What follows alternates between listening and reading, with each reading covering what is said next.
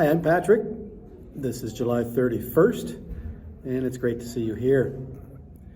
A lot of people studying English find that a lack of motivation is a serious problem. My daily news lessons help you stay motivated by having a different topic and related vocabulary every day.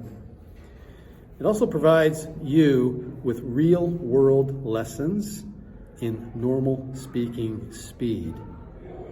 Textbooks don't do that. My lessons only take about 15 minutes a day to make you fluent. Let's get started with our daily news lesson by reviewing today's news headlines. Number 1, Israel believes its airstrike on Beirut killed a senior commander of Lebanese armed group Hezbollah. Number 2, scores of supporters of Venezuelan opposition gathered on the streets of Caracas. Number 3, the U.S. Secret Service's acting chief said the roof used by the gunman in Donald Trump's attempted assassination was unsecured. Number 4, U.S. Democratic presidential candidate Kamala Harris held a marginal 1 percentage point lead over Republican Donald Trump.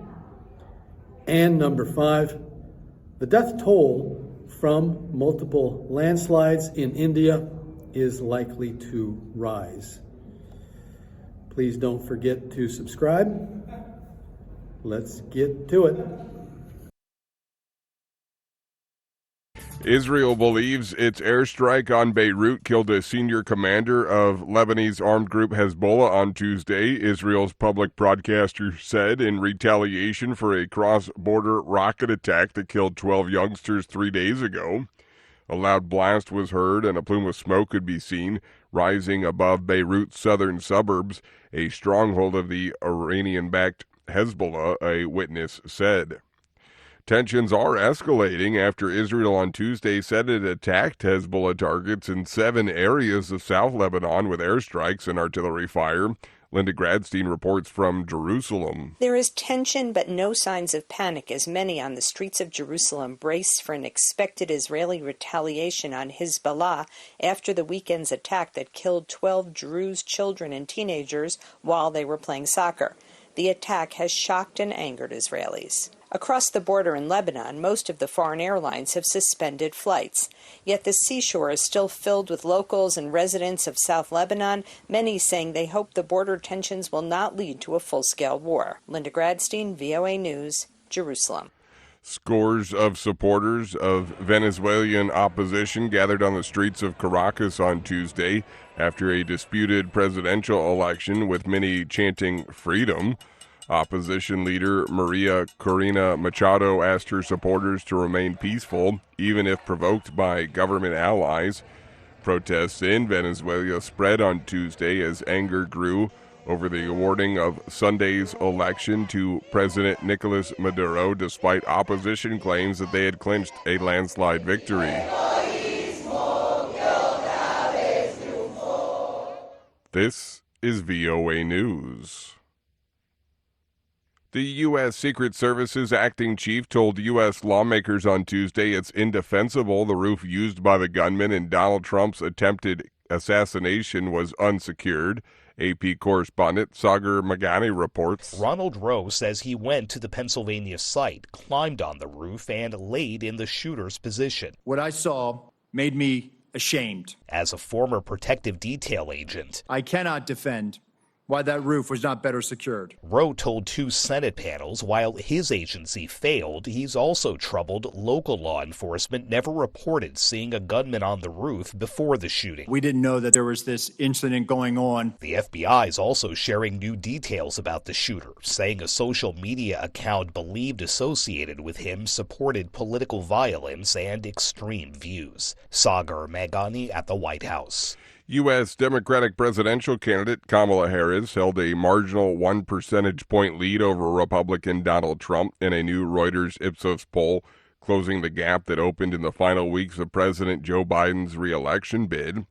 The three-day poll, completed on Sunday, showed Harris supported by 43% of registered voters, with Trump supported by 42%, within the poll's 3.5 percentage point margin of error.